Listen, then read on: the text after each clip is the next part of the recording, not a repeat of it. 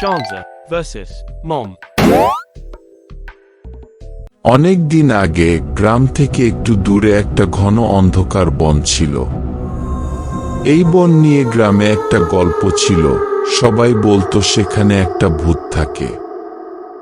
দিনের আলোতেও সে বনটা এতই ভয়ঙ্কর দেখাতো যে কেউ সেখানে যেতে সাহস করত না। কিন্তু ছোট্ট ছেলে রাজু খুব সাহসী ছিল। সে তার বন্ধুদের সামনে বলল, আমি ভূতের ভয় পাই না, আজ রাতে আমি বনে যাব। বন্ধুরা ভয় পেয়ে বলল, না রাজু, তুমি যেও না, সেখানে ভূত আছে। কিন্তু রাজু তাদের কথায় কান না দিয়ে রাতে বনটায় যাওয়ার সিদ্ধান্ত নিল। সে সাথে একটা টর্চ নিয়ে বনের দিকে রওনা হলো। বনটা এতই নীরব আর অন্ধকার ছিল যে বাতাসের হালকা শব্দে রাজুর মনের ভেতরেও একটু ভয় ঢুকে গেল। তবে সে সাহস হারালো না। হঠাৎ বনের ভিতর থেকে অদ্ভুত একটা আওয়াজ এলো, যেন কেউ পাতার মধ্যে দিয়ে হেঁটে আসছে। রাজু টর্চের আলো জ্বালিয়ে সামনে তাকালো, কিন্তু কিছুই দেখতে পেল না। একটু সামনে এগিয়ে গেল সে। তখনই হঠাৎ একটা বিশাল ছায়ামূর্তি তার সামনে এসে দাঁড়ালো। সেই মূর্তি এতই ভয়ঙ্কর ছিল যে রাজু পেছনের দিকে দৌড়াতে শুরু করলো। মূর্তিটা ধীরে ধীরে তার দিকে এগিয়ে আসছিল। আর রাজুর মনে হলো এইবার হয়তো সে আর বাঁচবে না। ঠিক তখনই আকাশে বিদ্যুৎ চমকালো, আর রাজু দেখল যে সেই মূর্তিটা আসলে একটা বিশাল গাছের ছায়া। বাতাসে গাছটা দুলছিল আর মনে হচ্ছিল যেন সেটা হেঁটে আসছে। রাজু এক নিঃশ্বাসে গ্রামের দিকে দৌড়ে পালালো।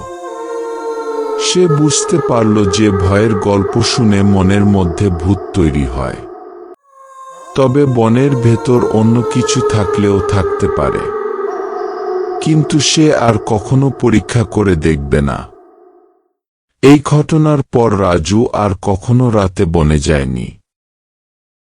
এই ঘটনা থেকে আমরা শিখলাম ভূতের থেকেও নিজের মনের ভয়টাই বড়।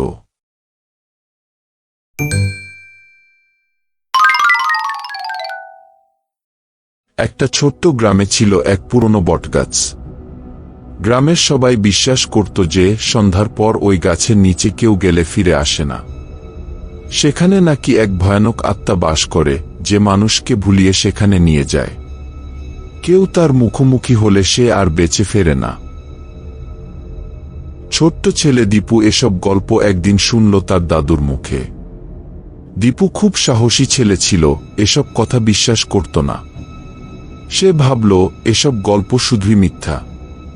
তাই একদিন সে সাহস করে ঠিক করল, সন্ধ্যার পরে সেই বটগাছের কাছে যাবে এবং প্রমাণ করবে যে এসব ভূতের গল্প মিথ্যা। সেদিন সন্ধ্যা নামতেই দীপু চুপচাপ বাড়ি থেকে বেরিয়ে পড়ল। গ্রামের বাইরে গিয়ে সে বটগাছের কাছে পৌঁছাল। গাছটা অনেক বড়, আর তার ডালপালাগুলো যেন আকাশ ছুঁতে চাইছে। গাছের তলায় এক অদ্ভুত নিস্তব্ধতা, যেন কোনো প্রাণী বা পাখিও সেখানে আসে না। দীপু কিছুক্ষণ দাঁড়িয়ে থাকল, কিন্তু কিছুই ঘটল না। সে হাসল এবং মনে মনে বলল, সব বাজে কথা। ঠিক তখনই হঠাৎ একটা ঠান্ডা হাওয়া বয়ে গেল। গাছের পাতাগুলো অদ্ভুতভাবে ঝনঝন করে উঠল, যেন কোনো অদৃশ্য শক্তি সেগুলো নাড়িয়ে দিচ্ছে। দীপু ভয় পায়নি, সে সাহস করে গাছের কাছে এগিয়ে গেল। হঠাৎ সে দেখল গাছের ছায়ার মধ্যে থেকে কেউ তার নাম ধরে ডাকছে, দীপু, দীপু। প্রথমে মনে হলো হয়তো গ্রামের কেউ মজা করছে, কিন্তু তার নাম এমনভাবে ডাকা হলো যেন সেই ডাক তার কান আর মনের মধ্যে গভীরভাবে ধাক্কা দিচ্ছে। দীপু পেছনে ফিরে দেখল, কিন্তু কেউ ছিল না। আবার তার নামের ডাক। এবার ছায়ার মধ্যে থেকে যেন একটা হাত বেরিয়ে আসছে।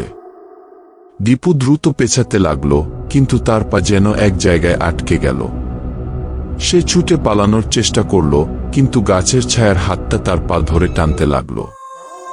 দীপু ভয়ে কাঁপছিল, তার গলা দিয়ে কোনো শব্দ বেরোচ্ছিল না। ছায়াটা ধীরে ধীরে তাকে গাছের তলায় টেনে নিচ্ছিল। আর তার সামনে ভেসে উঠল এক অদ্ভুত ছায়ামূর্তি, যার চোখ দুটো জ্বলজ্বল করছিল। সেই ভয়ানক মূর্তি তার দিকে এগিয়ে আসতেই দীপু আর কিছু মনে করতে পারল না। পরের দিন সকালে গ্রামের লোকেরা এসে দেখল বটগাছের নিচে দীপু অচেতন পড়ে আছে। তবে সে আর কথা বলে না, শুধু ফ্যালফ্যাল করে গাছটার দিকে তাকিয়ে থাকে।